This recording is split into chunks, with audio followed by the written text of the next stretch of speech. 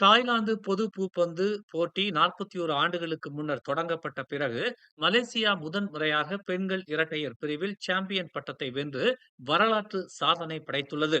உலக தரவரிசையில் 4ஆம் இடத்தில் உள்ள மலேசிய ஜோடியான பெர்லி தான் எம் தினா ஆகியோர் தென்கொரியாவின் ஜியோங் நா நா யூன் லீ யோன் வு இணையை 57 நிமிடங்களில் 21-16, 21-17 எனும் புள்ளி கணக்கில் தோற்கடித்து சாதனை படைத்தனர்.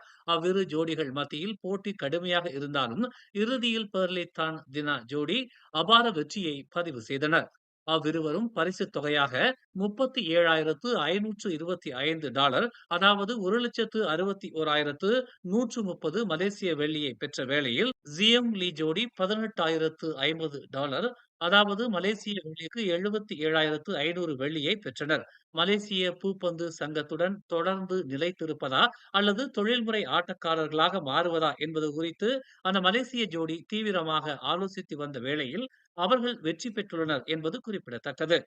அனைத்துலக நிலையில் பெர்லி தினாவுக்கு 4வது வெற்றி இது. 2021ஆம் ஆண்டில் நடைபெற்ற சுவிஸ் ஓபன், 2022ஆம் ஆண்டில் நடைபெற்ற பிரெஞ்சு ஓபன், 2024ஆம் ஆண்டில் நடைபெற்ற ஹாங்காங் ஓபன் ஆகிய போட்டிகளிலும் அவர்கள் சாம்பியன் பட்டத்தை வென்றுள்ளனர்.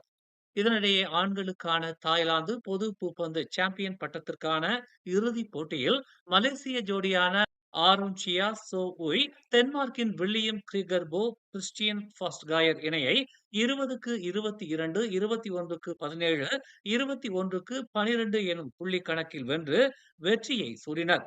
ஆரோன் சியா சோ ஜோடி முதன் முறையாக இவ்வாண்டில் 2 பட்டங்களை வென்றுள்ளனர் என்பது குறிப்பிடத்தக்கது.